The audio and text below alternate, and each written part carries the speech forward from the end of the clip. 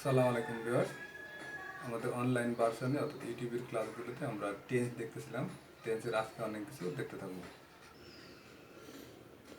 তো এখানে আমার প্রথম সেন্টেন্সটা আছে আই ইট রাইস।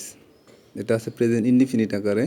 তো আমি এটাকে পাস্ট করলে সাবজেক্ট ঠিকই থাকবে।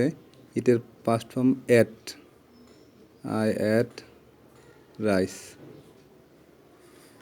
তো যদি ফিউচার ইনডিফিনিটে যাই, ফিউচারে আয়ের সাথে বসবে shall, I shall eat rice. অর্থাৎ তিনটি ইনডিফিনিট একই সাথে, যে মূল ভার্বের present form present indefinite, past form past indefinite, সাবজেক্টের পর শ্যাল উইল থাকবে, এটা হবে ফিউচার ইনডিফিনিট। উই, উইর সাথে যথারীতি উই ওয়ার্কড, কে ইডি, ওয়ার্কড মূল ভার্বের পাস্ট ফর্ম। এখন এটা যদি ফিউচার ইনডিফিনিট করি, উইর সাথে হবে শ্যাল, উই শ্যাল ওয়ার্ক, সেক্ষেত্রে মূল ভার্বের প্রেজেন্ট ফর্ম। তো এমনিভাবে ইউ হেল্প মি, ইউ মূল ভার্বের পাস্ট ফর্ম হেল্পড, যে হেল্পড মি। এটাকে যদি ফিউচার করি, ইউর সাথে বসবে উইল, ইউর সাথে বসবে will, you will help me. He sleeps, সে ঘুমায়, হি অর শি মূল ভার্বের past form slept, SLEPT slept. He or she এর সাথে হবে উইল, হি উইল মূল ভার্বের প্রেজেন্ট ফর্ম স্লিপ, মূল ভার্বের প্রেজেন্ট ফর্ম স্লিপ।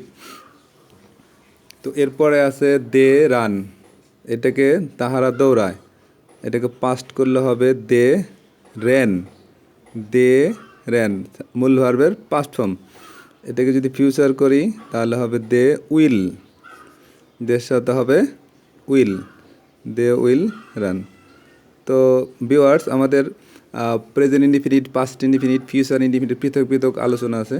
তো আমরা আজকে সবগুলোকে একসাথে দেখাচ্ছি যে তুলনামূলকভাবে কীভাবে এগুলোকে প্রেজেন্ট থেকে পাস্ট এবং ফিউচার ইনডিফিনিট করা যায়। তুলনা হলে দেখতে বা বুঝতে অনেকটা সহজ হবে। তো এই প্রথম পাঁচটি হলো হাবোধক সেন্টেন্স। এখন আমরা এগুলো দেখব নাবোধক আকারে। আই ডো নট স্মোক, আমি ধূমপান করি না। এটাকে যদি নেগেটিভ করতে চাই তাহলে পাস্টে ডো নটের জায়গায় হবে ডিড নট, সবার সাথেই হবে did not. I did not smoke, আমি ধূমপান করতাম না। আই যথারীতি হাবোধকের সময় সাবজেক্টের সাথে শ্যাল বসেছে, এখানে শ্যালের সাথেই নটটা যুক্ত হবে। আই শ্যাল নট স্মোক, আমি ধূমপান করিব না। যদি আমরা অর্থটা একটু দৌড়ার চেষ্টা করি তাহলে আরও সহজ হবে। I shall not smoke. তো এরপর আছে উই ডু নট রান, আমরা দৌড়াই না। তো উই সাথে পাস্ট টেন্সে সবার সাথেই ডিড হবে, সবার সাথেই ডিড হবে। এতটুকু মনে রাখলেও আমার পাস্ট ইনডিফিনিটে নেগেটিভ করাটা সহজ হবে। উই ডিড নট রান, সেক্ষেত্রে মূল ভার্ব প্রেজেন্ট ফর্মই থাকবে। আর ফিউচারে উই সাথে আমরা জানি শ্যাল উইল থাকবে, উই সাথে শ্যাল, এটা মনে রাখতে হবে। We shall not, we shall not run, আমরা দৌড়াইব না। হয়ে গেল। তো এরপরে আছে you do not help them. তা ইউর সাথে পাস্টের বেলায় আসবে did not, you did not, you did not help them, you did not help them. ফিউচারে ইউর সাথে হবে উইল নট, ইউর সাথে হবে উইল নট, অর্থাৎ আই আর উইর সাথে শ্যাল, বাকি সবার সাথে আমরা বসাবো will, you will not help them.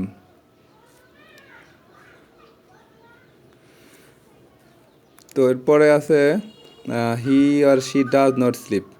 তো এখানে ওই একই অবস্থা, হি আর শি এর সাথে হবে did not, did not sleep, did not sleep. আর হি বা উইলের সাথে হবে will not, will not sleep. Okay, এখন আরেকটি আছে আমাদের they will not, they do not run. They কী হতে পারে, যে পাস্ট টেন্সের নেগেটিভের বেলায় হবে ডিড নট, সবার সাথেই হবে ডিড নট, এখানে সকল পার্সনের সাথেই did not. They did not run. আর এখানে হবে they will not, they will not run, এটা বুঝতে হবে। তো আমরা এর পরের অংশটা দেখতে থাকি। ডো আই রান ইন্টারোগেটিভ আকার আছে, প্রেজেন্ট ইনডিফিনিটের ইন্টারোগেটিভ। তো এখানেও একই অবস্থা, পাস্ট টেন্সে আমরা সাহায্যকের ভাব হিসেবে ডিড নিয়েছি, এক ইন্টারোগেটিভের বেলাও শুরুতে ডিড আসবে, সবার সাথেই ডিড আসবে শুরুতে। ডিড আই রান, সকল পার্সনের সাথেই ডিড আসবে, ডিড আই রান। ফিউচারে আয়ের সাথে আমরা বসেছি শ্যাল, এবং শ্যালটা নিয়ম বিধি মোতাবেক শুরুতে চলে আসবে। মানে ইন্টারোগেটিভের একটা অন্যতম শর্তই হলো যে ওই সেন্টেন্সের সাহায্যকারী ভার্ব সেন্টেন্সের সাবজেক্টের শুরুতে বসবে, অর্থাৎ শুরুতে চলে আসবে। অতএব এখানে শ্যাল আই রান, আমি কি দৌড়াইব, এটা। তো do you work, past indefinite হবে ডিড, পাস্ট ইনডিফিনিট হবে ডিড উই ওয়ার্ক। সেক্ষেত্রে ডিড যখন হবে তখন মূল ভার্ব প্রেজেন্ট ফর্ম হয়ে যাবে। Shall we work, shall we work. Do you like it যথারীতি তাহলে হবে ডিড, ডিড ইউ লাইক ইট,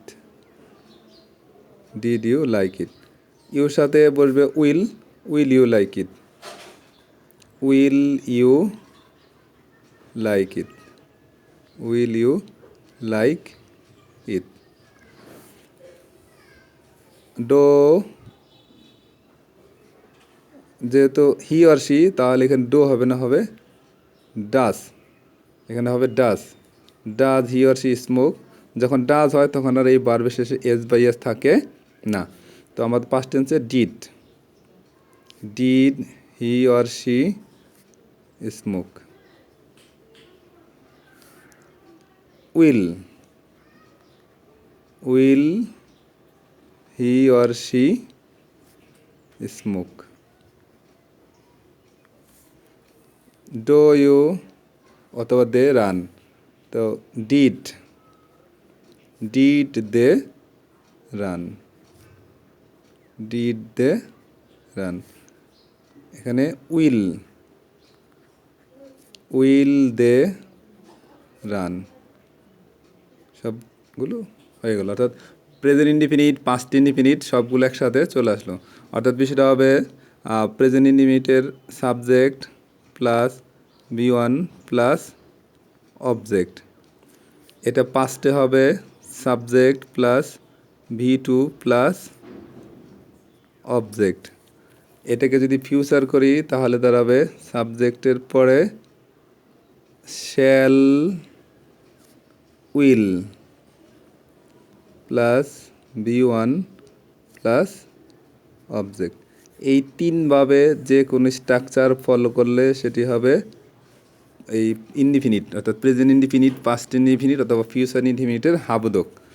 যদি এমনটি হয় যে সাবজেক্ট প্লাস ডো নট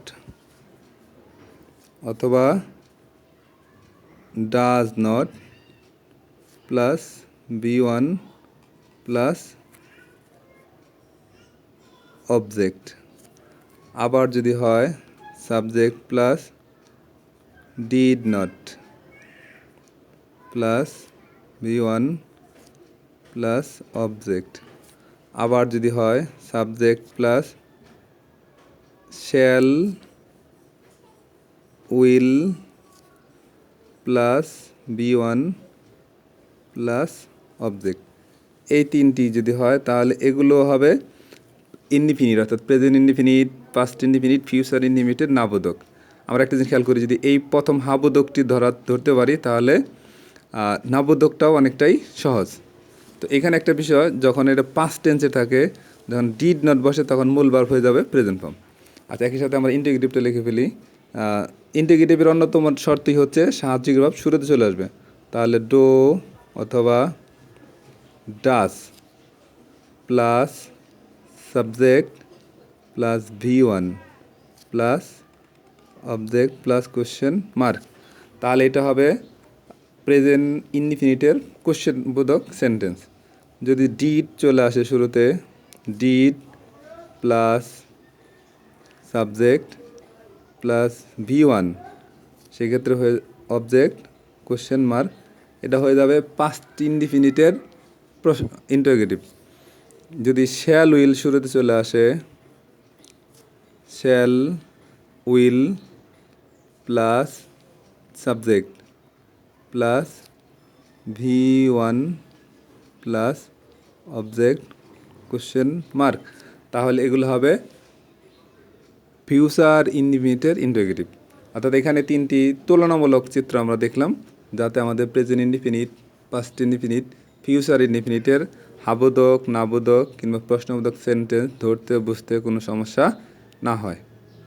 যদি কারো সমস্যা হয় আমরা কমেন্ট বক্সে কমেন্ট করবো, আমি ইনশাল্লাহ এখানে উত্তর দেওয়ার চেষ্টা করবো। Thanks for watching.